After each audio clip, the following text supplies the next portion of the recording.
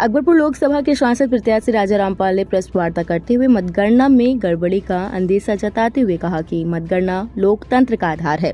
भाजपा के शासन में निष्पक्ष मतदान और पारदर्शी मतगणना करने की संभावना कम प्रतीत होती है। भाजपा द्वारा चुनाव जीतने के लिए मतदान और मतगणना में व्यापक गड़बड़ी अपेक्षित है। प्रायोजित एग्जिट पोल के द्वारा प्रशासनिक अधिकारियों पर नाजायज दबाव बनाया जा रहा है।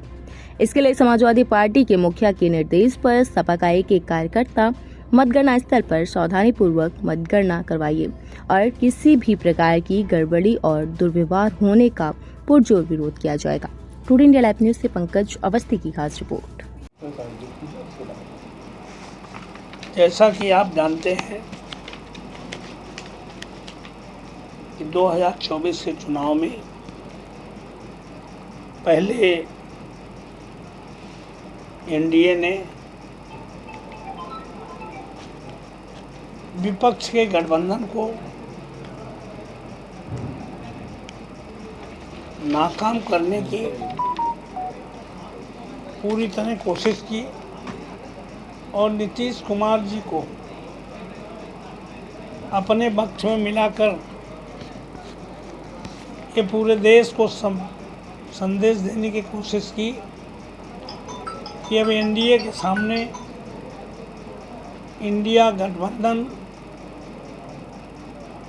नहीं टिकेगा, क्योंकि इंडिया गठबंधन का सूत्रधार हमने अपने पक्ष में मिला लिया है। उसके बाद जब इंडिया गठबंधन की एकजुटता को हेमंत सोरेन को जेल में भेजने के बाद, केजरीवाल जी को जेल भेजने के बाद पूरे देश को, नेताओं को ईडी, सीबीआई, आईटी का डर दिखाकर बड़े पैमाने पर चुनाव के दौरान दल बदल करके ये संदेश देने की कोशिश की कि एनडीए गठबंधन मजबूत गठबंधन है। इंडिया गठबंधन के सारे नेता एनडीए गठबंधन में आ चुके हैं, हम 400 पार करेंगे।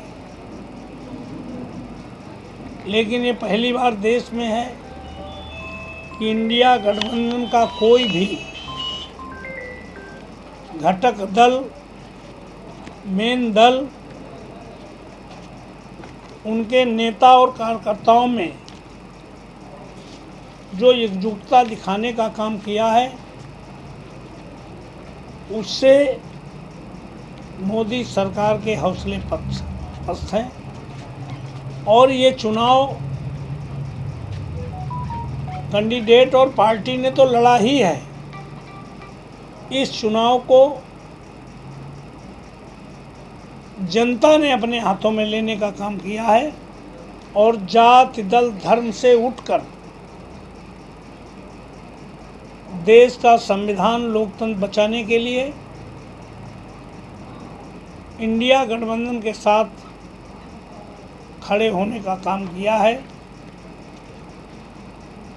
उसमें पहले से प्री प्लान के तहत एग्जिट पोल तैयार करवा करके और एग्जिट पोल में मोदी सरकार तीसरी बार बनने की और चुनाव डेट की घोषणा करके, शपथ की घोषणा करके संपूर्ण विपक्ष के हौसले पस्त कराने का काम किया है। ये उनकी कतई साजिश, कोशिश कामयाब नहीं होगी। इसके लिए हम अपने कार्यकर्ताओं को और प्रशासन को जन आक्रोश के बारे में,